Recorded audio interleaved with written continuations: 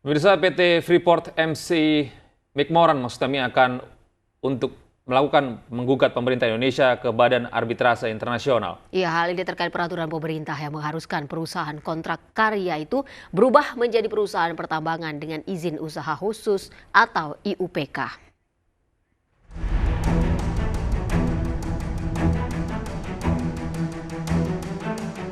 Pemerintah Indonesia melalui Kementerian Energi dan Sumber Daya Mineral akan memberi kelonggaran ekspor mineral mentah sampai 11 Januari 2017. Menurut PP nomor 1 tahun 2017, ada beberapa persyaratan yang harus ditempuh jika perusahaan tambang ingin terus bisa mengekspor konsentratnya.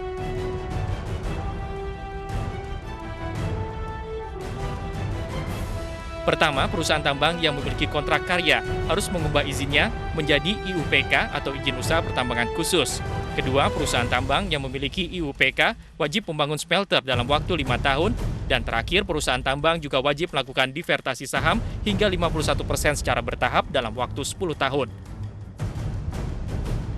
Hal ini bertujuan untuk meningkatkan penerimaan negara, terciptanya lapangan kerja, mendukung mempertahankan pertumbuhan ekonomi, dan menjaga iklim investasi yang baik. Terkait hal ini, Freeport sebagai perusahaan tambang emas dan tembaga terbesar di dunia keberatan akan peraturan baru itu. Beroperasi di Tembagapura, Papua, Freeport mengekspor konsentrat tembaga dan emas rata-rata 60.000 ton setiap tahunnya.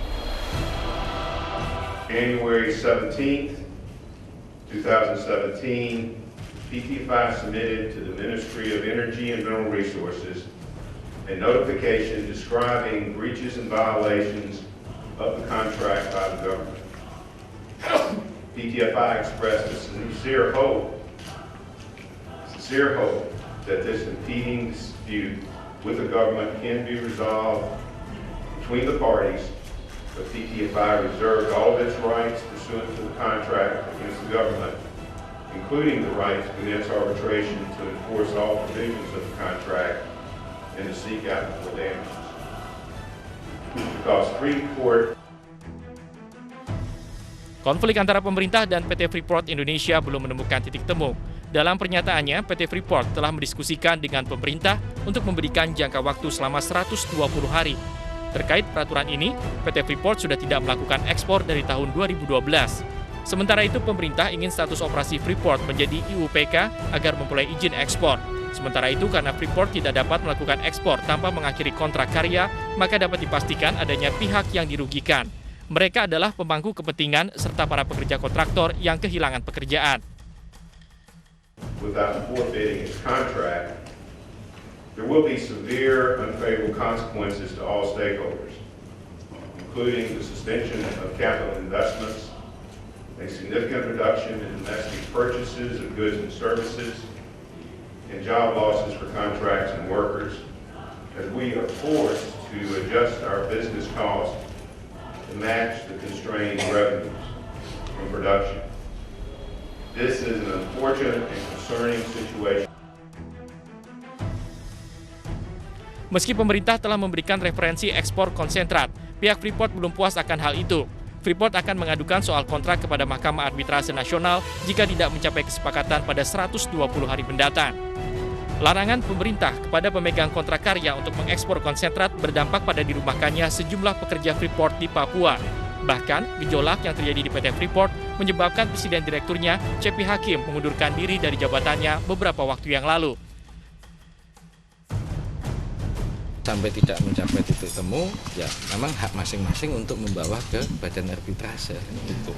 Bukan hanya Freeport loh, bisa membawa ke badan arbitrase di perjanjian itu. Pemerintah juga bisa. Ya, itu. Menurut pengamat ekonomi Firmansyah, masalah ini jangan sampai kondisi perumahan pekerja yang ada di Papua menjadi alat untuk menekan pemerintah untuk membuat keputusan sesuai kepentingan PT Freeport. Hal ini juga dinilai tidak akan mempengaruhi investasi Indonesia dalam jangka panjang.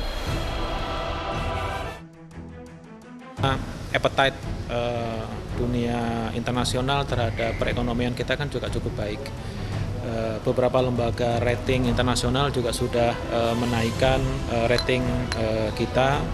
Kemudian dan terlihat data dari BKPM, investasi masuk ke Indonesia juga cukup tinggi. Ekonomi kita juga tetap tumbuh 5,02% di 2016. fiskal kita juga relatif lebih kredibel dibandingkan dengan periode 2-3 tahun yang lalu. Jadi saya rasa